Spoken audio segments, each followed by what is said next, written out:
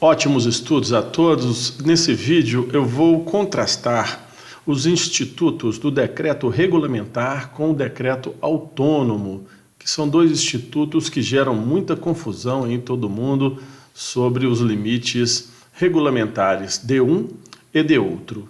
Então, começando pelo decreto regulamentar, ele justamente corresponde a atos administrativos da competência exclusiva dos chefes do Poder Executivo, quais sejam o presidente da República, aí está a foto do presidente Bolsonaro, tais como governadores de estado e prefeitos.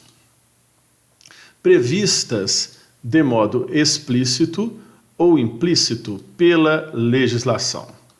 Os decretos regulamentares subordinam-se à lei, tratando-se, portanto, de serem atos secundários ou de natureza infralegal. Não determina inovações legais, ou seja, o decreto regulamentar, o decreto executivo, ele não pode criar leis, ele pode apenas justamente definir detalhes e operacionalizar as leis já positivadas, facilitando, portanto, o entendimento e a sua aplicação, qual seja, da lei. O decreto regulamentar ou executivo não pode ser contra a lei, contra a lege, não pode dispor a contrário da lei, não é? Justamente porque ele vem para facilitar o entendimento e estar consoante ao que está disposto em lei. Bem como o decreto regulamentar não pode ser praeter legem, ou seja, não pode inovar como se fosse uma nova lei. O decreto, no tocante ao decreto regulamentar, existe a competência do Congresso Nacional para suspender os seus efeitos caso o decreto regulamentar extrapole seu limite de detalhamento. Então ele tem que estar adstrito justamente a só pormenorizar e facilitar a interpretação da lei.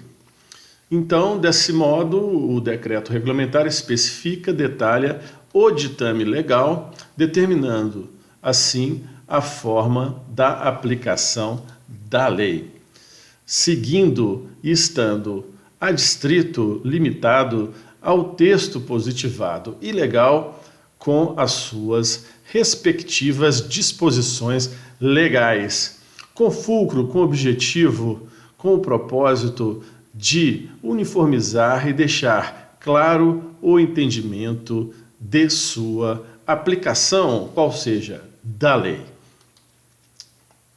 Sendo assim, o decreto regulamentar não pode ensejar ou ser objeto de controle de constitucionalidade, justamente na hipótese se o decreto regulamentar violar a lei, é caso de controle de ilegalidade e não de inconstitucionalidade, em regra, salvo a exceção por via indireta ou reflexa.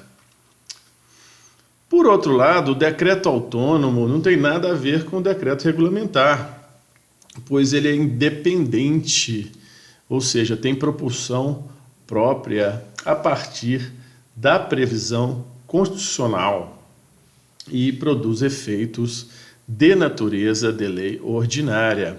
Qual seja, o decreto autônomo limita-se às hipóteses de organização e funcionamento da administração federal, sendo que apenas e tão somente quando não implicar aumento de despesa, nem criar ou extinguir órgãos públicos, bem como extinguir funções ou cargos públicos quando vagos.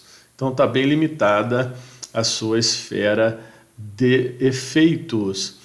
O decreto autônomo está inserido no nosso ordenamento jurídico desde a Emenda Constitucional 32 de 2001, que veio com fulcro no artigo 84, em seu 6º inciso, da nossa Carta Constitucional. Conhecido também é o decreto autônomo como decreto independente, tratando-se, portanto, de ato primário, ou seja, ele já pode ser editado a critério do presidente. O que ele pode fazer está previsto na própria Constituição. Por isso, pode ser submetido a controle de constitucionalidade. Isso o STF definiu.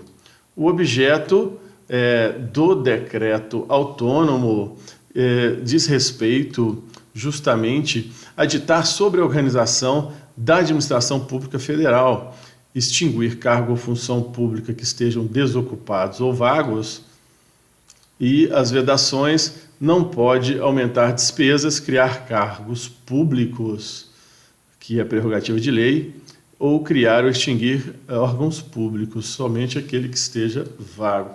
Os aspectos acima dependem de previsão legal, estarem previstos em lei. Portanto, está aí uma breve síntese para a fixação dos institutos do direito constitucional atinentes ao decreto regulamentar e decreto autônomo. Para aqueles que quiserem um mapa mental em HD e PDF, basta seguir as instruções abaixo. Muito obrigado e ótimos estudos para todos.